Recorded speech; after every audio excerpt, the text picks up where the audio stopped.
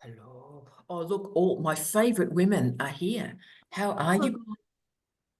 My three favourite women. This is just like just women, women. Oh, and then Doug arrives. We can't say that. Hello, Lorraine. Hello, Doug. Hello, Kylie. Lorraine, you look great. You look all sort of posh, like you're the managing director of Westpac. What's happening, mate? This is one of the old work shirts. I was fed up with wearing daggy t-shirts. You know, my mum will be spinning at my lack of housework, my clothing choices, the no makeup. I actually haven't even brushed my hair. Yeah, I do clean my teeth though, and I do wash. So, You know, personal hygiene, mate. Personal hygiene. PhD But look, student life. but Lorraine, you must know this. You know, obviously, I'm much older than you. But did you ever notice, like, you do a clean house, you have your house and it's clean, and you're comfortable. This is a clean house. You've worked hard. Then your mother arrives, okay, and she loses the will to live, and she Mother-in-law. yeah, or the yeah. Luckily, well, luckily not luckily. Both my mother-in-laws were dead by the time I was sort of involved in the story. But my mother would just be horrified, and she'd do the sort of the beagle, and but no, she would then start cleaning, and of course this house I thought was clean. So my cleanliness, this is a clean house. That's where she starts her work, right? Mm. It's embarrassing to the universe. It's unbelievable. Oh, so Jess is in. We've got so much to talk about Jess. And Jen, how are you, Jen? Oh, you look gorgeous. I have to just say, Hi, thank I'm you. older than you. What's happening, Jen? Sorry, I have to just say I'm older than you, Tara. Gee, I've lived on my bloody face, haven't I? Hells, monkeys. That can't even be possible, right? But of course, Jen, look at Jen. Gee, that's a refreshing colour. That's like a lame julep. You're magnificent, Jen. How you going, Jen? Yeah, hi, good. Thank you. I always have other meetings, a standing team meeting with my collaborators on a Friday morning. So I rarely get to come. Oh, So I'm super pleased to be here today. Oh, and look, we've got a whole list. We've got so many requests that have come this week. Oh, and Kylie, you've had a haircut. We need to obviously firstly talk about Kylie's haircut. So Kylie's had a haircut. So that's great, Kylie. Thank you, Tara. Yes, just again a slightly different colour, new colour. Let's give it a crack. And sharper on the sides. I think it's been a bit of Yeah, side work, mate. it's not quite as woofy. I think I might be. It's just slightly different. Bit of a change. Can I just say, Kylie, you and Jamie are heading for the same haircut. So I think by 20. No, is that a bad thing, Jamie? No, I think it's a good thing. I think it's a great thing. Just I have noticed that he in his aspirations to become like his favourite engineer, his hair is starting to become more like yours, Carls. I don't know if anyone else has noticed that, but today it's stark. I'll send you some tips on the colour. You just use it as normal washing shampoo. It's great. Easy, Jamie. Yeah. Wrong. Not that way. That way. No. I coloured my hair once during the midlife crisis and made it black, and then I did like a brown black, and then I did a blue black, and I was cured of that. I missed my white hair, so it's staying white. That's where you went wrong. You went black. That's where you went wrong. Red, blue. Yeah, no, I'm not my person. I don't want to enter a room with the vibrancy that you do, Kylie. That the colour speaks before I open my mouth. See, whereas the shape is aspirational. So, colleagues, this is exciting. And Jules is in, this is fantastic. The wonderful Maeve is in, fantastic. Anastasia's in, the light of our lives. Oh, that's a nice room, Anastasia. I love that. I love a white on white on white. That looks amazing. So, look, we've got so many requests. And the Doug's is in. Hello, Doug. Just got your email, excited.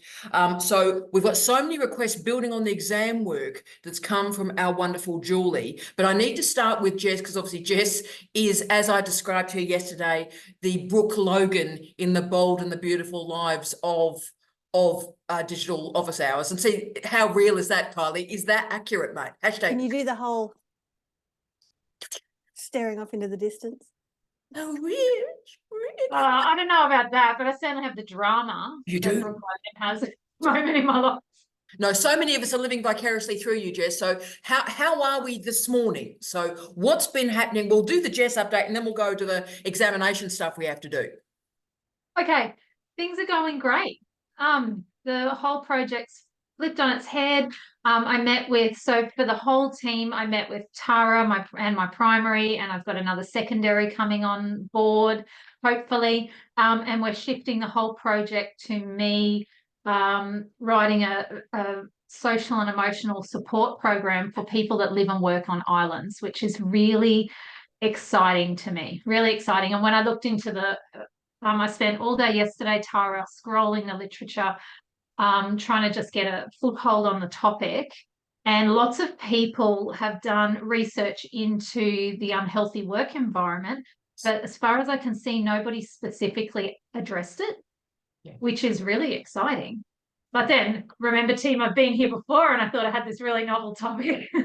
Someone else published on it. But fingers crossed, I think I have a good feeling about this one. Look, I do too. And we ain't doing no systematic review, girlfriend. That carnival's over. But Megan, as our favourite person from Norfolk Island, and so we've got a lot of fabulous people on Norfolk Island, you're very important to this story too. Have you got any, obviously we'll get your update on your thesis too, but any updates on the working environment on an island, noting that Norfolk's a very bespoke example? Absolutely. And I'm really glad to hear, Jessica, that you've now got this sorted. So congratulations. I've been missing in action for a couple of weeks. So this is really great news of difference to come in here and hear this. But yes, it's very difficult being a mental health professional living on a tiny island where there is no confidentiality and no anonymity. And if I have a social and emotional well-being meltdown, where do I go to? Like because you can't when you're on an island like this. So it's very, very difficult. And thank God for digital means of people like this all getting together. Yeah, otherwise I'd be my own client. How great is that, Jess? Maybe, How great is that? I should be my own client. No, I'm your client. You're my carer. Yeah, and there's this whole element that I hadn't considered, Megan and Tara, around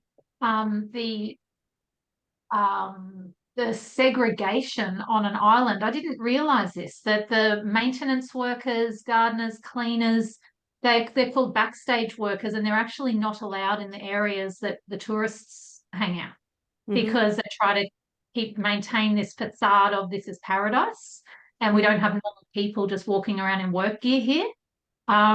Yeah, really interesting, and the impact of that on your mental health. Some studies said that they work in this little, they have their barracks or whatever, and the furthest they get to walk away from that is about 150 meters because the island's so small. It's just blowing my mind that nothing's been done. Right, so Jess, what we need to do now, God, it's been a Goffman 5 years, this one. So go to Irving Goffman, darling, and he did his PhD. Yes. Goffman, yes, because I'm sure you yes, I've come across him. Yes, right. So Goffman, he's known for the work stigma, so he's great for disability studies. But his PhD formed the book Presentation of Self, and he entered a particular Scottish community and looked at the front stage that's being constructed for the visitors coming in, and then the backstage and how communication structures were configured. So how ironic, how weird is this? So this is going way back to the 50s. So you're going to be, what I do is seek out Goffman's actual original PhD on the Presentation of Self and his book. Now he's difficult to read, Jess. It's very dense prose. It's got sort of that 1950s academic stuff to it. So it's like long sentences and let's add another clause and another clause and another clause. So you've got to sit in it and marinate in the grooviness. But the idea that he did his PhD going to this small community where insiders and outsiders and outsiders are disrespected. And as you've said, because there's a front stage, it's Goffman that really invented the phrase front stage and backstage of life. Yeah, and the front stage workers are expected, managers put pressure on them not only to look happy, but also to feel happy, because it's not authentic if you're just pretending, and everybody has to be really happy here because we're on a resort. Right. And the pressure to be happy. Yeah. So theorizations of authenticity, you're going to need theorizations of authenticity. Yes. And there's plenty from tourism studies. So you're going to need tourism studies and do authenticity studies. There's also a great book. I can't remember the author, but it changed my life. It was on the happiness industry. Published about 8 years ago, the happiness industry. Very funny, very disturbing. Probably don't drink it 3 or 4 Chardonnays in because you want to kill yourself, because you go, my whole life is a sham. It's a cheap I joke, kinda- I Jess. kinda- What, darling? I kind of have to tell you that we disrupted that in the first 5 minutes on Norfolk Island. What did we do? Well, Do you remember? you were under the car, said the actress. Yeah. Come on, tell that story. So we got one of the probably one of the oldest hire cars in on Norfolk Island, and we drove to the resort, and we met the front stage, right? We checked in, and within about 5 minutes, I was laying under the front of the car trying to fix basically the front fairing in the underneath the radiator, and the maintenance guy's coming over, and you know, the boss is going, no, you get off the ground, professor, you don't need to do that. And I'm going, look, only take a minute. And so we're trying to together sort that out.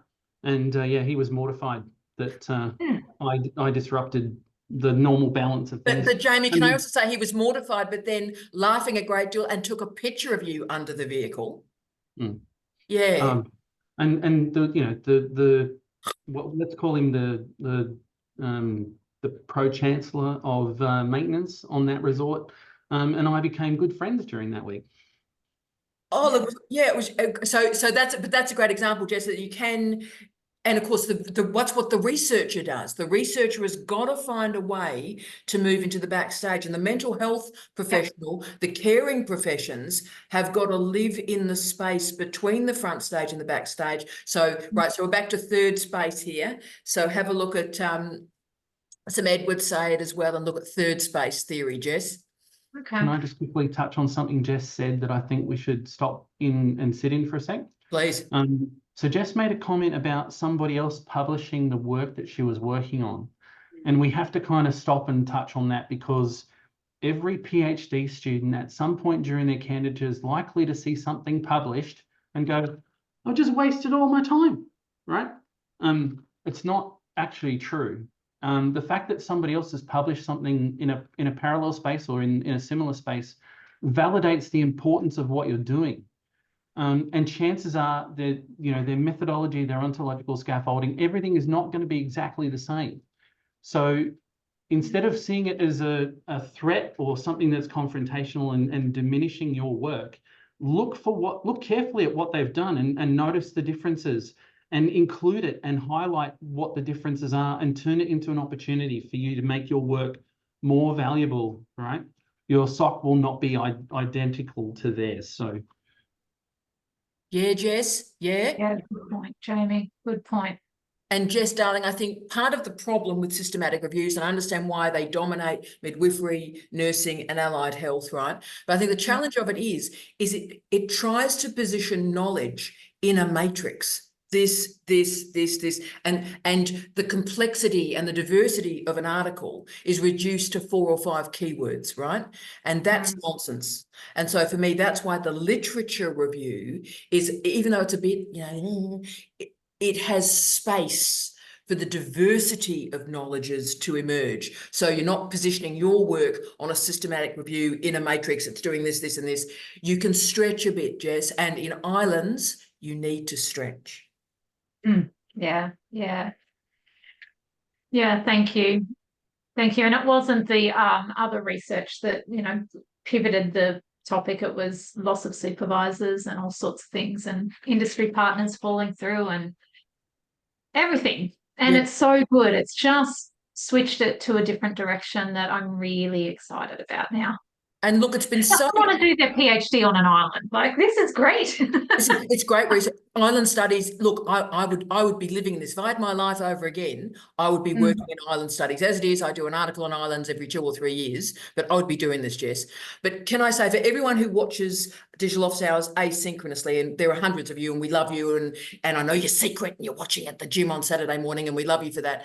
But that's the gift of Megan and Jess in particular, that you've seen what is incredibly common. 40% of students that start with one set of supervisors don't finish with them, but you never hear about this. So everybody that goes through it thinks they're the first and only person that it's ever happened to.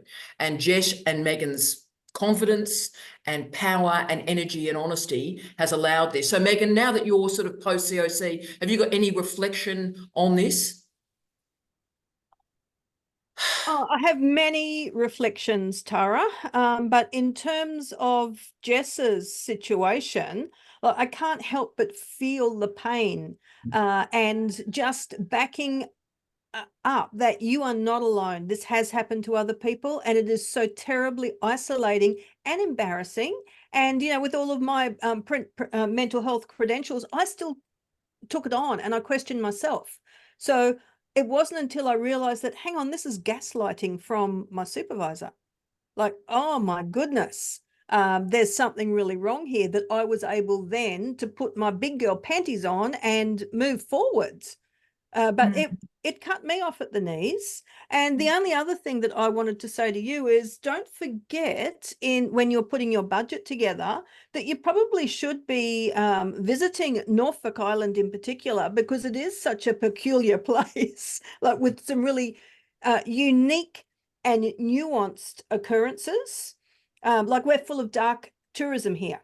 Yeah. And 85% of the community swears that they have ghost interactions. Yes. And, you know, such weird things happen here that I even sometimes think myself, like, where the fuck did that come from? Like, what was that? Yeah. I can't explain that.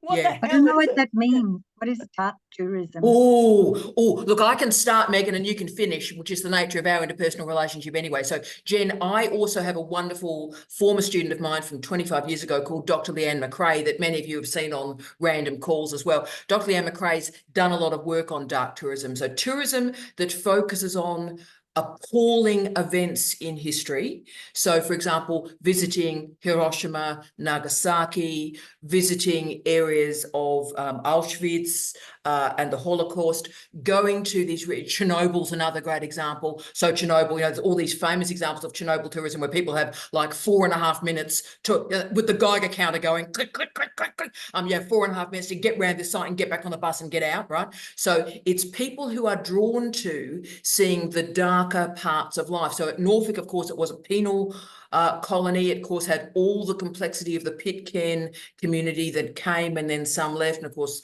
Pitcairn and children and so forth, we can just put that out there to ponder.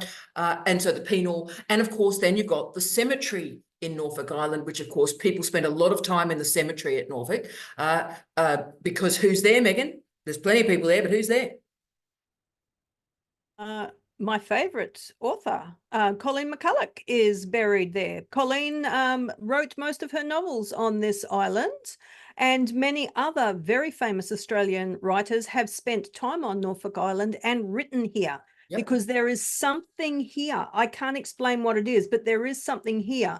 But there's always the balance. For everything good, there is something not so good. Yeah. Oh, yeah, it's unbelievable. And look, it is, Jess, certainly, you know, I've lived and worked all over the world, and Jamie can speak for himself. We always go to islands for our anniversary, by the way. So that's why I endlessly go to islands. And a couple of years ago, we went to Norfolk. But certainly, it was, if I was going to list the two, in fact, probably the best experience of my life, it probably happened right at the edge of Norfolk Island. Just look, and there's the ocean, right? So it's a really spiritual, and I'm not a spiritual person at all, I'm an old goth, but you go, wow, this is a remarkable experience. So Jen, it's a tourism that's not drawn to happiness and light and, oh, isn't this interesting, and happy, happy, joy, joy. It's the people that go to the darker sides of humanity. And, you know, it's a bit fetishistic. It's, you go, oh, this is a bit dodgy. This is a bit well dodgy. It's very ambivalent, but it's also very interesting. And there's a lot of work on dark tourism. So does that help, Jen? It's a weird area. Yes. I'm rethinking every decision I ever made that led me to be doing something far less interesting as a PhD topic. Well, tell us about that. For God's Why sake. am I doing dark tourism? What do you do? You know, I lived and worked in Asia for a long time, and Yeah. so I saw a lot of poverty tourism and orphanage tourism. And, you know, now I'm thinking, oh, islands. Why aren't I doing a PhD on islands? And dark tourism, so much more fun. Oh, but look, remember, your PhD is just a PhD. You've got the rest of your life in front of you for all these different and diverse ideas, Jen, so you can do all of that. And of course, there's also, like, another part of dark tourism is, of course, sex tourism and drug tourism, etc., etc., etc. Yeah, cheap plastic surgery tourism. Saw a lot of that in places I work. Oh, I'm excited. Plastic. Oh, plastic. I'm gonna look see the research literature on that this afternoon, Jen. That is very exciting. You're an absolute superstar. And I see, by the way, the legendary Eunice and Kate have joined us. The lights of our lives. I didn't get the white memo. I'll try to not take it personally, you two. I'm actually in full goth today. I'm scaring small children as I move around the campus today. It really is. I look like a black hovercraft. So you two are white and glamorous. Can I talk to the beautiful Linda, though, and just say hi to Linda before we get to all our requests? But Linda, how are you, darling? It's so wonderful to see you. You look so glamorous. Hi, greetings from Finland. Not feeling so glamorous because it's literally middle of the night. But last week there was no recording, so I started to Google and I found the Zoom address. And I thought that maybe I should be brave enough to join because I've been very much enjoying your discussions on digital office hours. So excited to meet everyone. Oh, Linda, we are so thrilled to see you. You are wonderful. And Finland is one of my favourite places on planet Earth. Next time I'm coming back as a Finn. I love it passionately. So you're amazing getting up in the middle of the night. And yes, last week there was a functional technological error. There was no recording. So there was nothing I could do. I panicked. I freaked out. We're about to buy a new computer.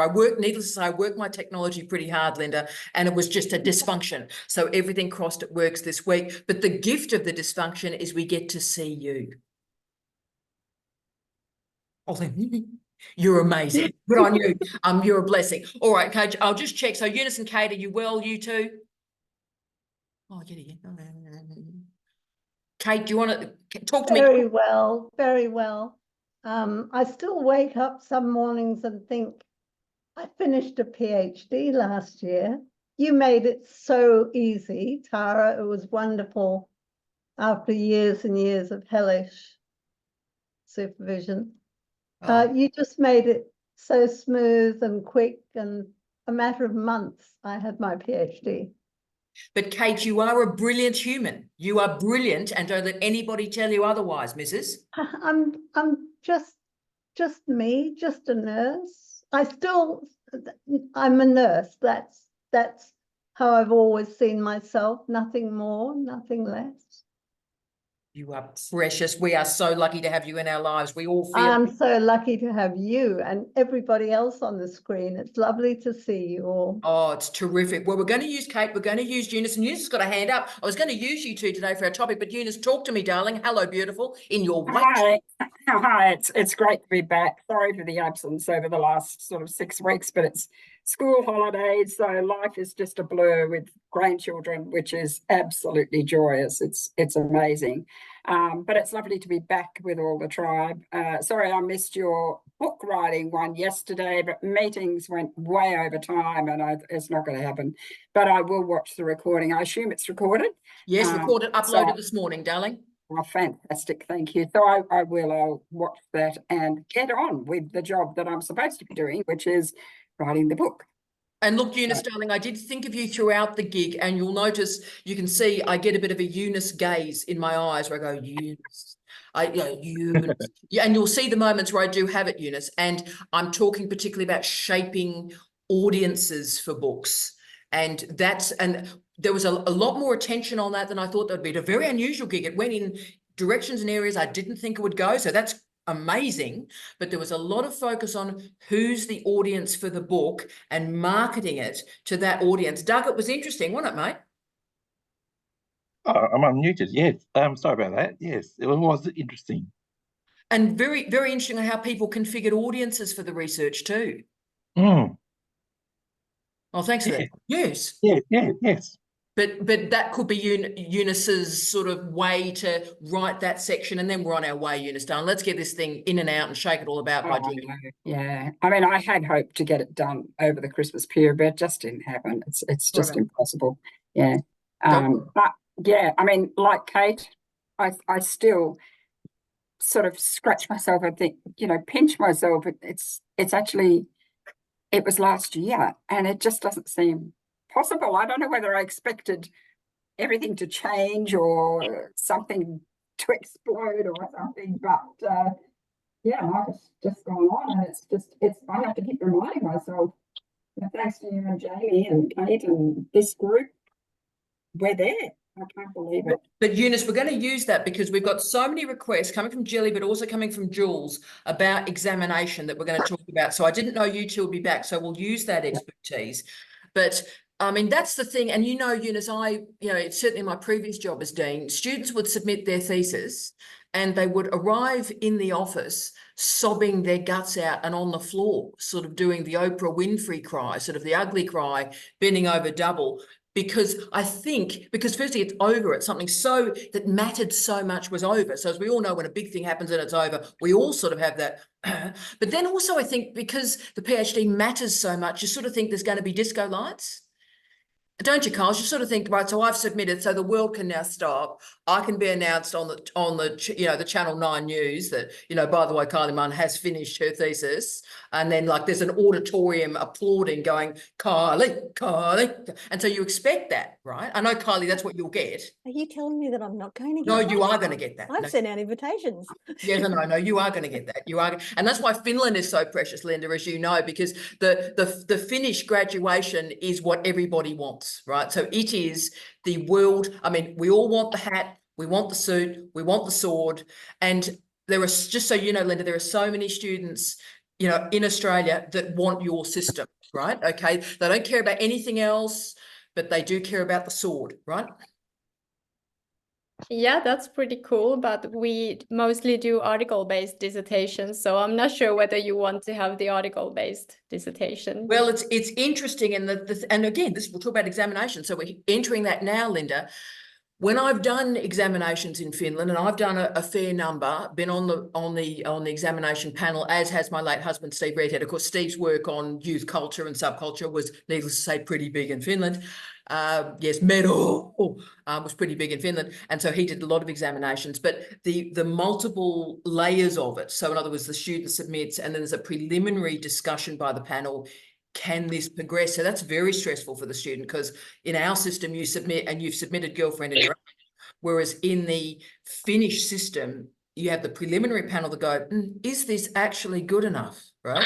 And then they all just have this preliminary gig, and then if it is, it can progress to the oral examination and the complexity of that, and then the public gig at the end of it. So it's this layered onion of an examination. So Linda, any comments on that before we hit sort of managing examination? Well, I am submitting my thesis for the first round of examination within 4 weeks. So currently I'm feeling like whatever if my thesis defense is going to be on random Tuesday, because I'm so exhausted. But yeah, looking forward to that. And I really like our system, despite the article thing, because it's something like 5 to 6 years doing a PhD in Finland. Some people use more. Maybe 8 or even 10 years. Yes. So yes, Linda, it will change. I talk about it a lot. My whole career is about, I want the doctoral world to talk more. I want all our systems to talk more so that there's synergy and similarity. And that's why it's important all of us examine out of our comfort zone, right? So I make a point of examining, when I get a request to examine, I say yes. So I examine about 40 or 50 theses a year around the world. And I do that to ensure this beautiful mobility. And I think all of us as scholars should do that. And Linda, as you're, obviously, I'm close to death. When I die, you'll carry us forward, Linda. But can I say, Linda, I hope through your academic career, the differences between the systems reduce. That's what we want. We want all of us to get best practice everywhere, like, the sword. And, Finland and Canada have this layered onion preliminary investigation, then next stage. I think that's very interesting. I think that's something for us all to consider. So that, I think, is, although it does prolong the stress for the student, in some ways, when you're doing that public presentation, there is no stress on you because it's okay. Yeah, and you also get a nice hat. You also get a nice hat. And look, I know this, and see, all the Australians, Linda, are going to be listening to this going, why wasn't I born in Finland? Right? Look at Josh. Why wasn't I born in Finland? And we all think that, Linda, just so you know, it's a magnificent country. I have done a lot of work there. I love it. I love it, love it, love it. But why wasn't I born there? I'm uncertain. Next life, I'm coming back Finnish. But let's use Linda's expertise, because we've got so many requests, team, coming from Jilly and coming from our Jules. Now, they've been in and out of the course. Oh, Jules is here. G'day, Jules. G'day, mate. You're a rock star. Do I get a hi? Can I demute you? Hi. Sorry, finger trouble. Hi. I know how you feel. And poor Julie's coming in and out too. So team, let's go for it. Now, as you know, and Josh is on the call. I saw Josh there. Oh, there. How are you, babe? Good to see you, mate. So let's talk about examiners. So Josh was great on this last week and Jamie was great on this. And let's continue that conversation about who is selected as an examiner, right? So this is really significant. And Josh, I reviewed where we were going last week, Josh, and Josh was very much focused on making sure the students were comfortable with the examiners. Now, the challenge we've got with that is students can't know who's examining them. So in the Flinders system, but also in the CDU system, we provide the first right of refusal. So in other words, students can list all the people that they do not want to examine the thesis, Josh. So people they got drunk with at a conference, people that were sort of like in the gutter, they were just, you know, someone that is scraggy with them about methodology in a journal. And I've always said to students, list everybody that you think is sort of satanic, everybody you think is a bit of a random. You feel that Kylie, it's going to take about 15 pages. So Kylie's form will take a while. List everybody that you don't want anywhere near your work and use that. But you can't know who your examiners are. So supervisors select examiners. And we must make sure there's no conflict of interest with us. So we can't have, let's go through it, Jamie. We can't have written with them. We can't have a grant with them. We can't have slept with them. They can't be BFFs. I know Jess has gone, really, you can't sleep with them. Really, is that true? You can't sleep with them. You can't be BFFs with them. Have I missed anything, Jamie? Grants, I did grants. And any other sort of variable where, you know, your mates. But if you don't know who's reviewing your thesis, how can you say whether or not you've slept with them or anything else? So this is the supervisor, Jen. It's a great point. So the student has to list up and the supervisor is making sure, my goodness me, that there's no conflict of interest between the student and the examiner. And look, every now and again that does come up. I do a digital stalking of my students' Instagram. What I do is in Google, I put the student's name and an examiner, student and the other examiner, the two examiners, all the supervisors, and sometimes there's a gang of supervisors. You put them in with each of the examiners. So you just do check, do any of these people know each other? And every now and again, you find out that the examiners published together 10 years ago. I had an odd one where a student and an examiner that couldn't examine but had a conflict of interest, they were both listed on a grant and sort of both as sort of minor, but they were both listed on a grant. So that examiner was removed. So Jean, you're right. We're assuming that the student hasn't sort of slept their way through international higher education, but we use a series of proxies to make sure and we do active searches to make sure there's no conflict of interest. Straight to the Josh. Go, brother. Sorry, I was just going to say, in terms of nominating people that you don't want to examine, basically the way it worked with my supervisor was because they weren't a discipline expert, they sort of had to rely a lot on my suggestions. So I'd provide a batch of about 10 to 20 examiner suggestions, and then they'd go through and then, they'd come back and go, more, please. And so another batch of 10 to 20, etc. But one of the things we decided to do was, I don't have too many people that I don't want examining, but the people I did have that I didn't want examining, I also knew that there's a possibility they could also have influence over other people if they turned out to be a collaborator of this person. So it was not just, I don't want this person, it was also, I don't want anyone that has collaborated with this person.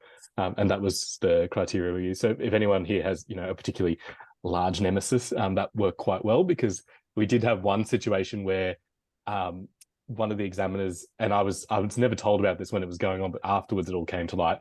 One of these potential examiners that was reached out came back and asked some really weird, specific questions about, and obviously had some knowledge of my previous supervisors, etc. And my current supervisors then looked everything up and found that there was actually some previous history there, and they sort of kept chasing information out of things. So it was very bizarre and sort of stalkery. So I think don't feel too paranoid, I guess. You're probably quite justified in however you're feeling, and if you've got requirements, let your supervisor know. Yeah, and look, I'm a big believer in paranoia. What's my t-shirt, Jamie? You're not paranoid. They are out to get you.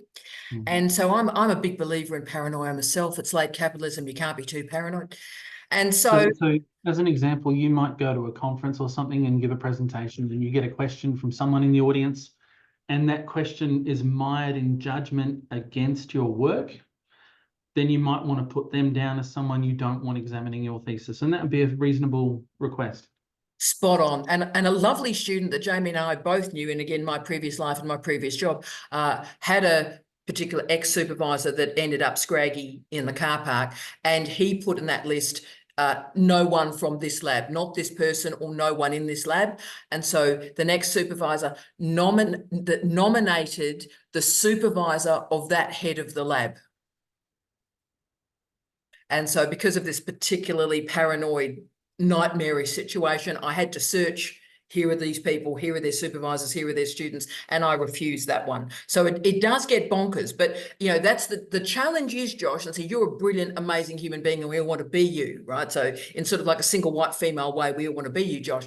But the challenge we've got is supervisors should know more than students, right? So the reason the supervisors are meant to be the grown-ups in the relationship, we're meant to be organising the examiners, because we're meant to know stuff and we're meant to know the sociology of examination. But because we live in times where it appears that's not the case, Megan, I do just want to talk about the research that shows who are the, inverted commas, good examiners or the benevolent examiners, and who are the crappy ones that we need to avoid.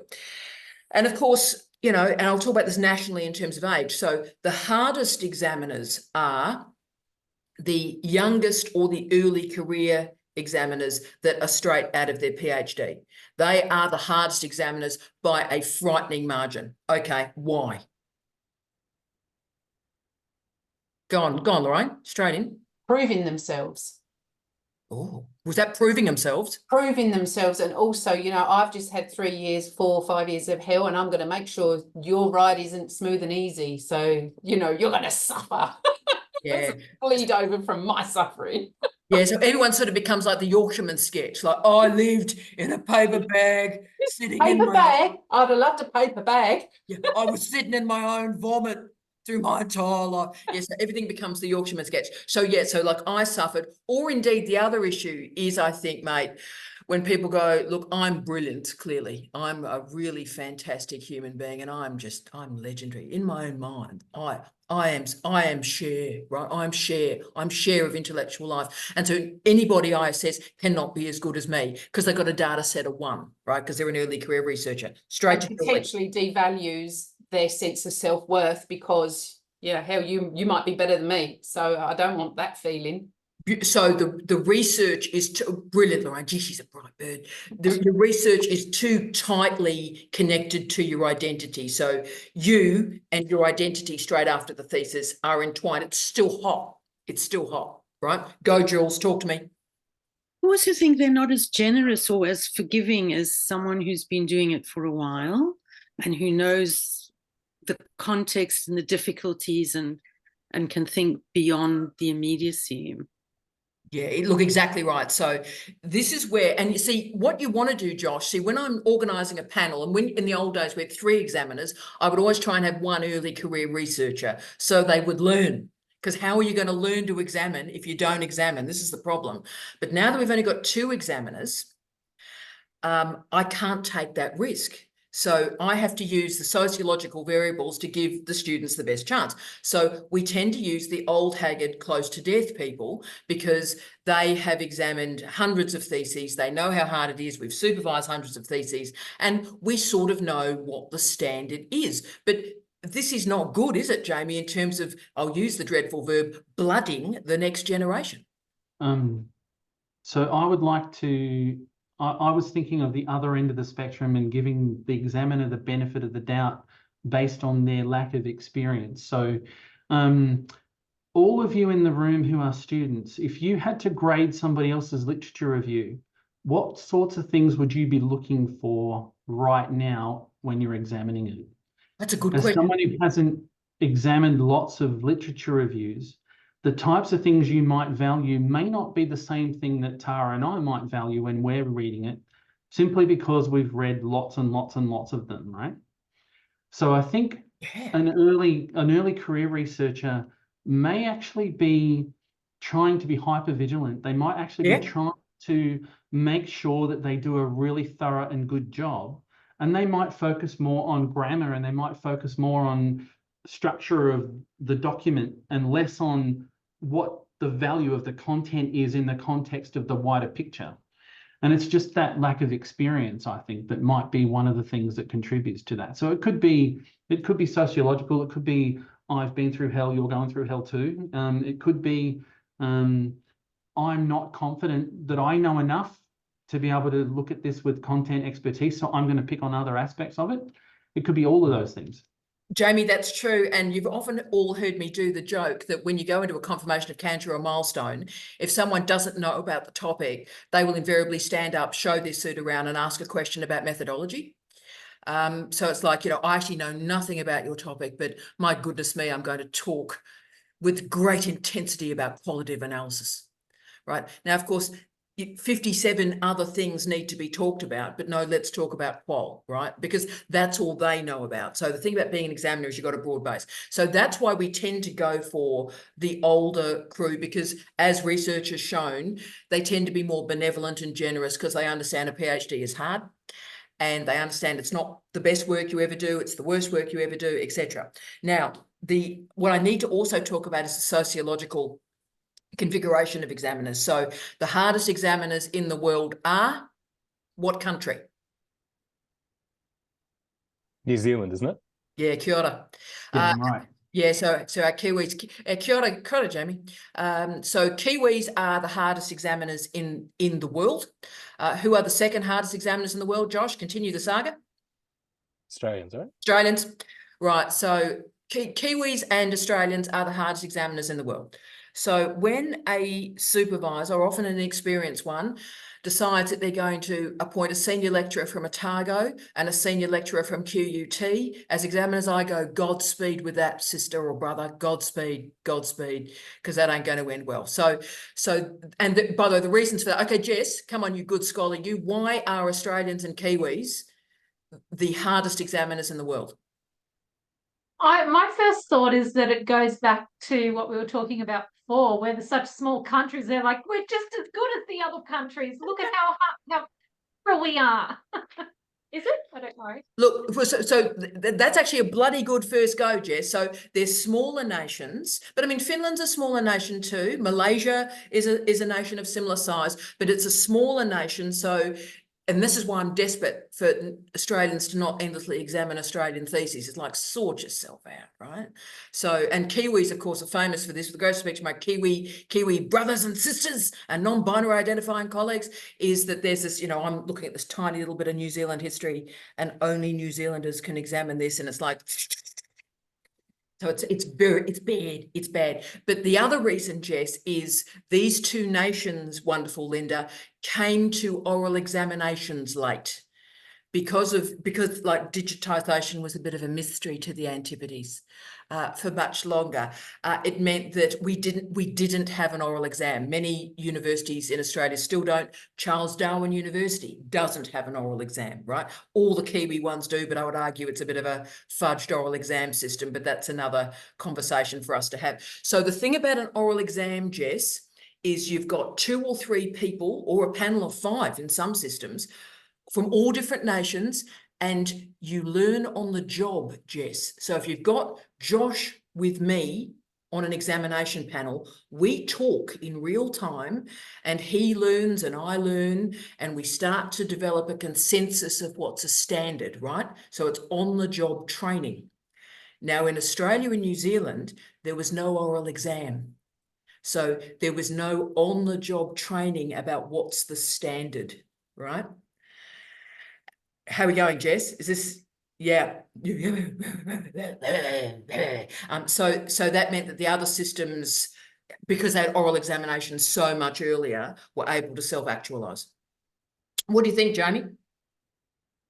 So I'm really keen to hear Linda's take on the Scandinavian Viva process, because I'm aware of that.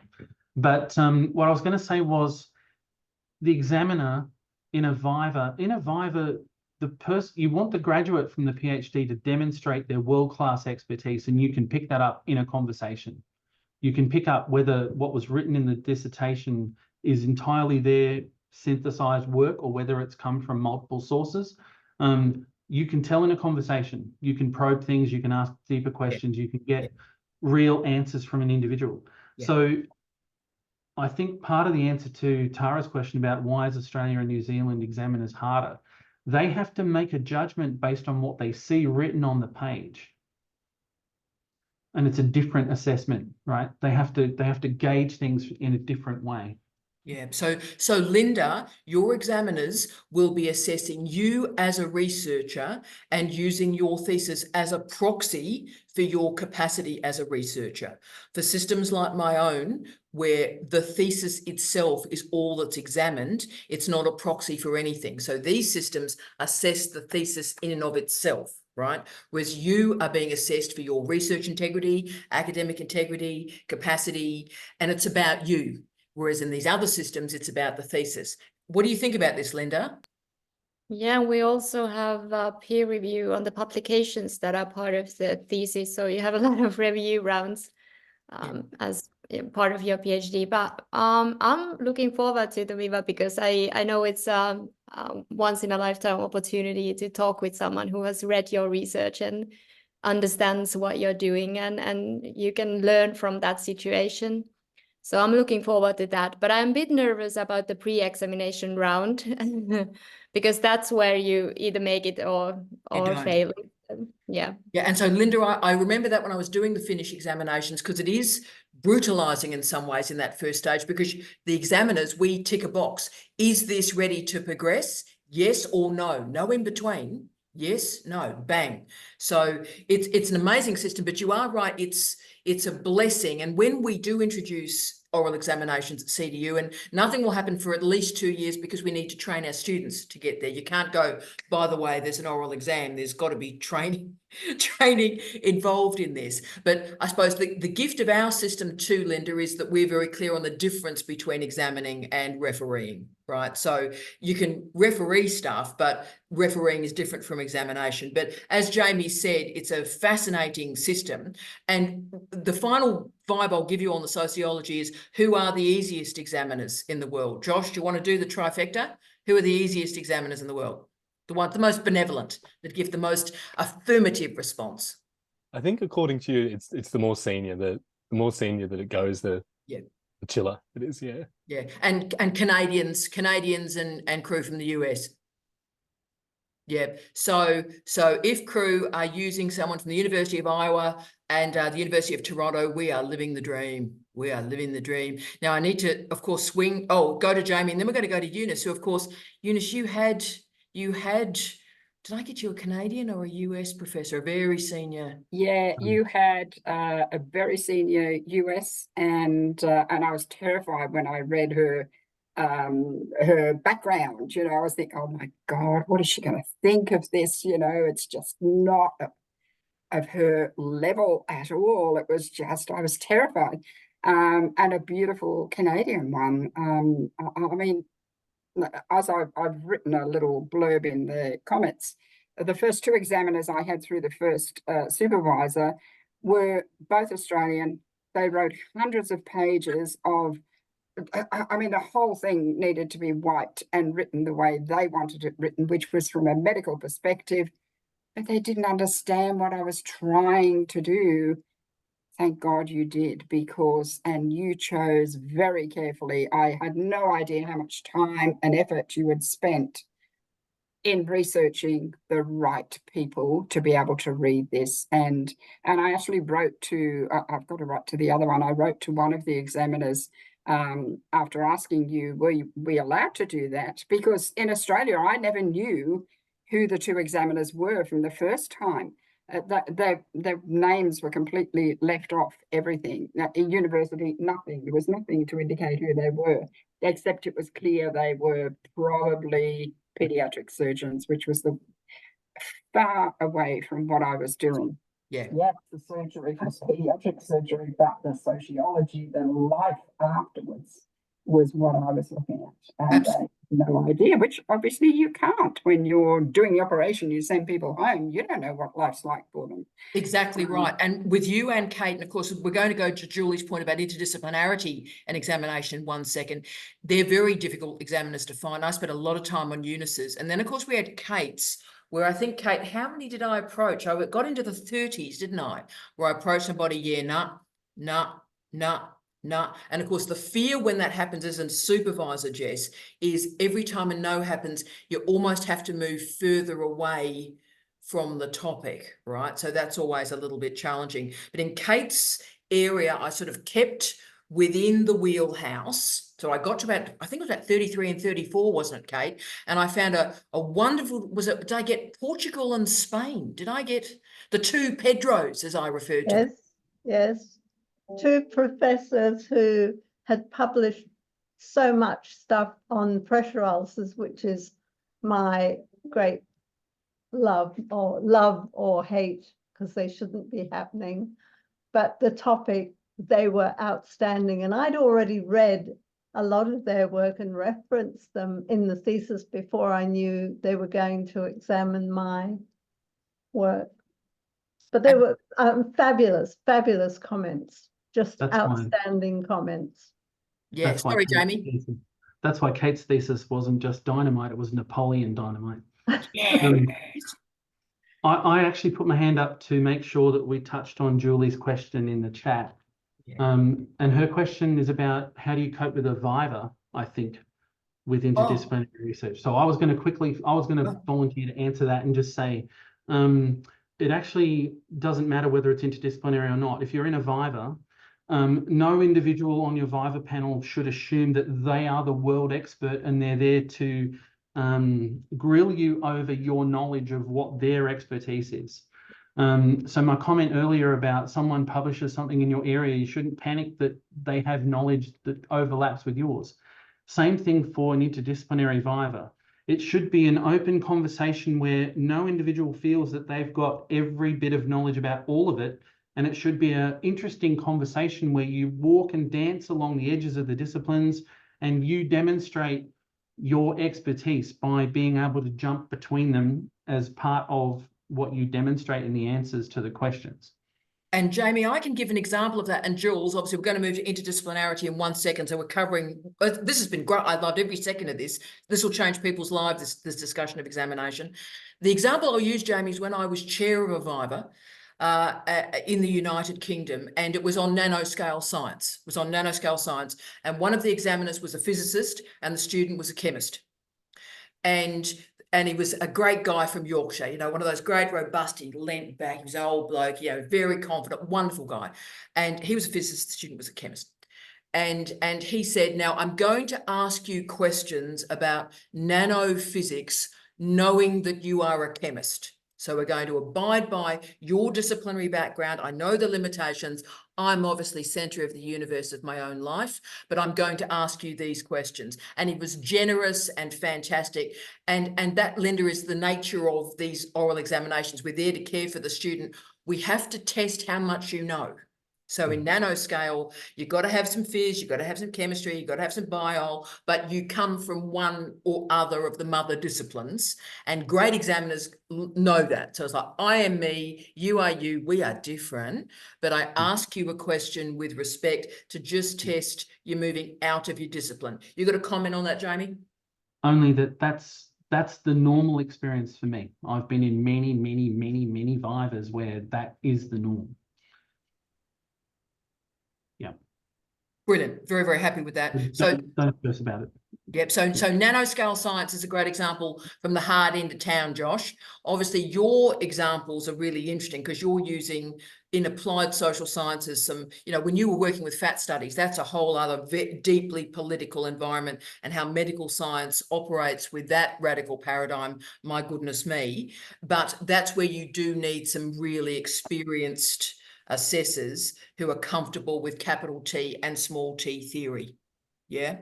But Jules, go Josh, talk to me, Josh. Go, brother.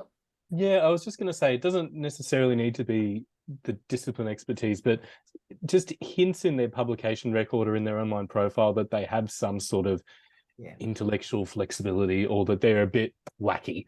and they do some random stuff. Do you know what I mean? Like they don't stick to the one method that they've always done or anything like, and it just shows that they probably have a broad mind, I guess was how we sort of went about it to find people, because in reality we couldn't get anyone across everything. I had one examiner in mind that was going to be perfect, and she died like 3 months before I went to submit. So yeah, like people die. Yeah. People die. So, but looking for those more abstract Yeah. symptoms, I guess.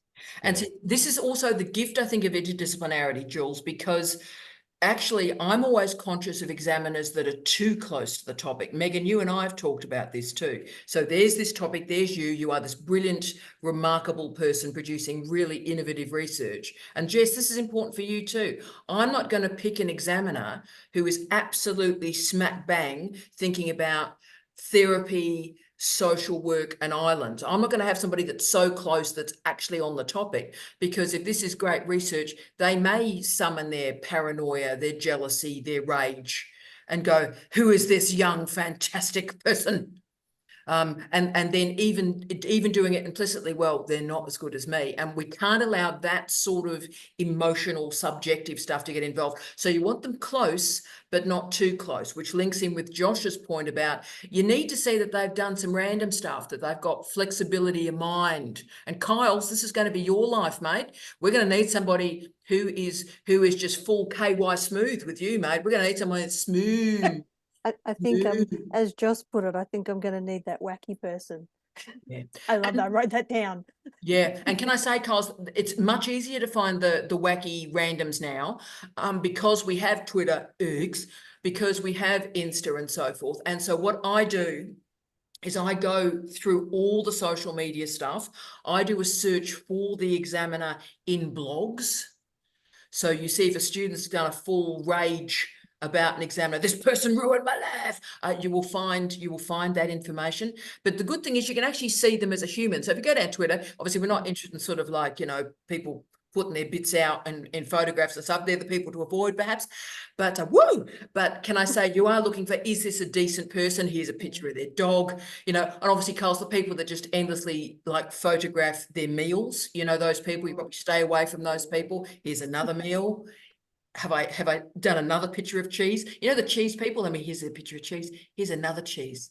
I'm really, so you get to see the full paranoia and you get to park those people. But as Josh has said, you want the flexibility of mind. Is this person a good scholar and outward?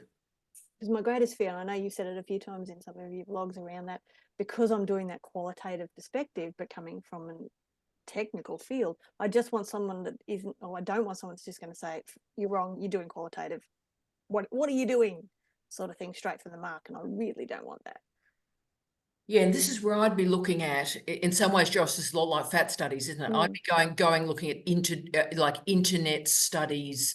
I'd be finding some of the offshoots of internet studies where they're very cool with that movement, mate. I'll be doing a little bit of work for you as well, but yeah. I'd be going for I'd be starting in the interdisciplinary paradigms with you and moving outward. And I've written down everything that Josh has said all through these things, how you went through, because you're, again, in a very similar place to where I was sitting with my research. Yeah. Great parallel. And so yes, go Jen. Hi, Jen. Hello.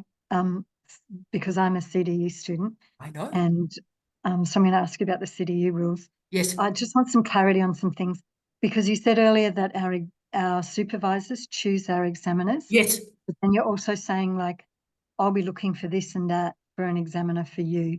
So what role do you play in advising us or choosing or whatever our examiners? Yes, I'm the final sign-off, Jen. So when I'm talking to Jess and Megan, I am their supervisor, and also Jules. So I am making the selection. So it is me, the buck stops with me. And then our DVCR acts as my sign-off at the end. But what happens, Jen, is I do the final sign-off. So your supervisors, I have enormous respect for all supervisors. They select your examiners. But then I arrive at work and my first jobs every day are examiner jobs, Jen. So I spend 3 hours at the start of my working day in the examination space. So I get, here's you, here is your supervisor, here is your examiner. And I do sort of the Boolean searches. I go through Instagram, I go through Twitter, I have a good look, and I spend about 2 or 3 hours doing every possible combination to make sure there's no COI. If there's no COI, I sign it off. Does that help? Yes, definitely. Thank you. I'm just Googling, what are the CDU submission thesis examination rules like? We have beautiful policies and procedures on submission and examination. So if you look at, I think it's 18, 19, 20 and 21, you'll see how COIs operate. Thank you. You're a superstar, Jen. Great question. We'll go to Jamie and then Queen Megan to finish. Jamie.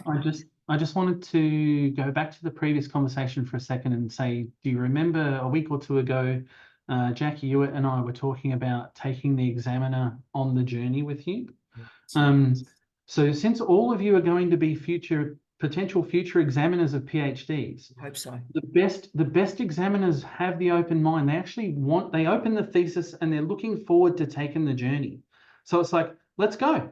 Where do you want to take me? Right? Yeah. And the ones that are the problematic ones, the ones that like to go, oh, I don't know if I agree with that methodology. They don't start there. They don't start with, okay, we're going to take a journey. They start with, all right, let's have a look at this thing and see what's right and what's wrong with it. And so I think I've said that to you mainly to try and help you calibrate your mindset. Yeah.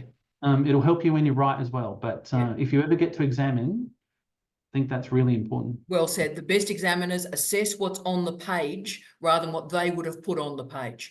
Queen Megan finishes off, darling one. Go for it, gorgeous. Yeah, okay. So it's only a conflict of interest until it's not a conflict of interest. So I'm just putting it out there that there is no conflict of interest. I want to have Josh as one of my examiners, thanks. You know, he's male, he's quirky. I haven't slept with him and he ain't interested in me anyway. Yeah, so, right. Yeah, so there you go. Not a conflict of interest. just throwing it out there, everybody. The trouble is, Megan, I think there's probably by the time you're examined, there's going to be about 100 hours of footage that confirms a conflict of interest. I think. Yeah, well, sorry, Josh, but I'm not talking to you anymore, okay? Nice. Colleagues, can I thank you for your time? End of Digital Office Hours. I'll see many of you in Right Club. What a precious hour we've shared. Have a lovely day. And Linda, you are a blessing to us. Sleep well, my queen. And we may see you asynchronously or synchronously. We wish you well. Blessings, darling one. See you soon, colleagues. Bye-bye. Tara. Bye. Yes, bye-bye. See you, Jen.